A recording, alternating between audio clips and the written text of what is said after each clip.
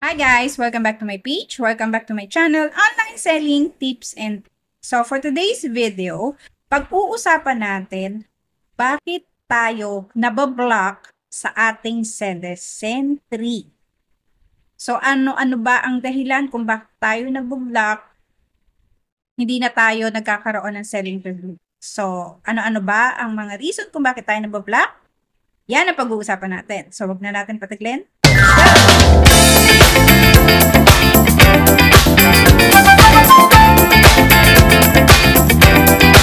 Nakita kasi akong post doon sa group page namin na problema nga niya kung bakit nakablock siya sa sellers entry.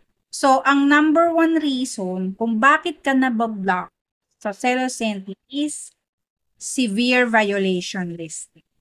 Ano ba yung severe listing violation? Hindi ka sumusunod sa community guidelines ni Shopee o kahit sa ibang selling platform online. Bakit nga ba nagkakaroon ng violation ang iyong listing?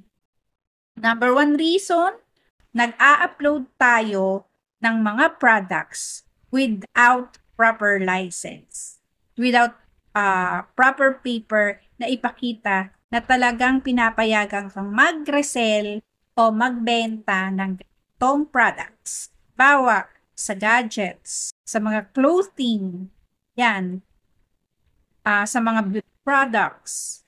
So, wala kang proper permission at wala kang proper papers na maipakita, kaya binibigyan ka ni Shopee ng violation. So, another reason is pag nag-upload ka ng product, hindi ka sumusunod sa category ng Shopee. Hindi ng proper categorization doon sa product na in-upload mo. Tapos, i-delete yun Shopee.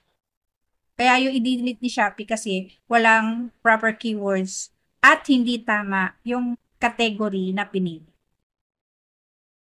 So, dinilit na nga ni Shopee. Tapos, re-upload mo uli yung dinilit niyang products. Tapos, inulit mo uli, mali categorization na pinili mo, wala na naman proper keywords. Yan.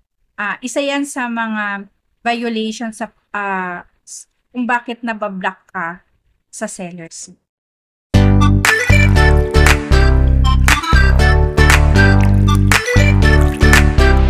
So, isang reason pa kung bakit ka nabablock sa sellers entry is nag-a-upload ka ng product na prohibited. Ano ba yung mga prohibited products? Katulad ng mga drugs, ng mga medication na without proper labeling, walang papers, walang permission, katulad ng mga flammable products. So, paano mo malalaman kung severe na ang violation mo sa listing? Kaya ka nabablock sa sellers entry.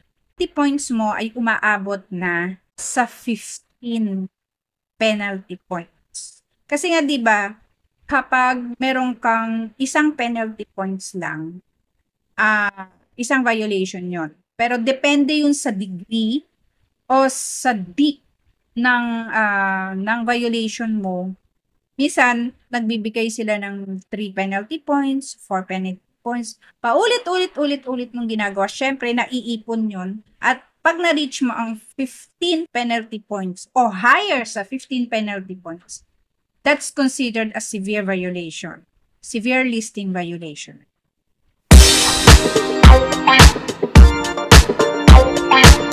Yung seller's entry na yan na tinatawag. Yung seller's entry, ito yung nagbibigay sa'yo ng full access para mapaganda mo yung shop mo, yung mga listing mo, maaayos mo, yung mga order sa'yo, maaayos mo, lalo na yung bulk o yung maramihang order sa'yo, diyan magandang mag-arrange ng order sa sellers.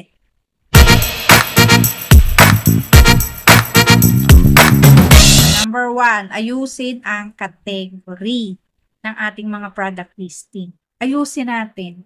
Kasi Kapag nag-a-upload naman tayo ng ating mga products, may mga, ano yan eh, kumbaga may mga suggested na category na linalagay doon. Kung wala,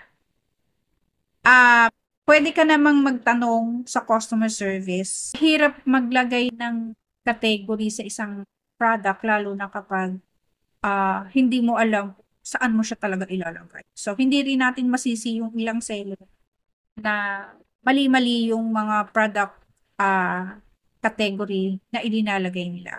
Halimbawa, may katulad kang product na ibinebenta din sa Shopee o sa ibang Shopee platform, tingnan mo din yung mga seller na may katulad sa'yo na product. Tingnan mo yung mga product listing na, pero wag mong gagayahin. Ha? Kasi magiging violation din yan yung copy-paste, copyright. Paggaya ng mga linalagay mong words o mga keywords doon sa description. May violation din yun.